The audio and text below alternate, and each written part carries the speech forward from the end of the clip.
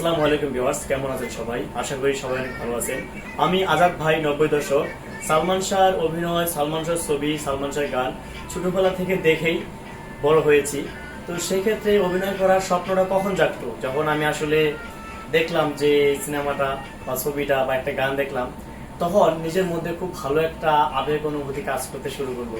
আমার মন চাইতো, ইস, আমি যদি এই নায়কটার মতো হতে পারতাম, নায়কটার মতো না হতাম, যদি ওনার মতো কিছু একটা করে দেখাতে পারতাম। তো আজকে আমি সেই প্রচেষ্টা এগিয়ে চলেছি। আপনারা সবাই আমার পাশে থাকবেন, সাপোর্ট করবেন।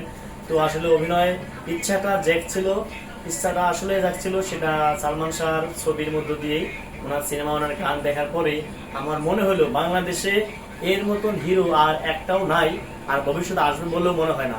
তো ওনার লুকিং, ওনার যে ড্রেস আপ আর ওনার যে মেন্টালিটা, সেটা খুবই ভালো, আর উনি খুবই ভালো মনের মানুষ ছিলেন।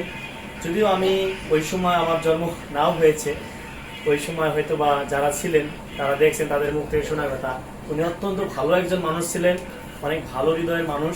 তো আমরা তার আত্মার মাগফিরাত কামনা করি, পরকালে যেন আল্লাহ ওনাকে জান্নাত নসিব করেন।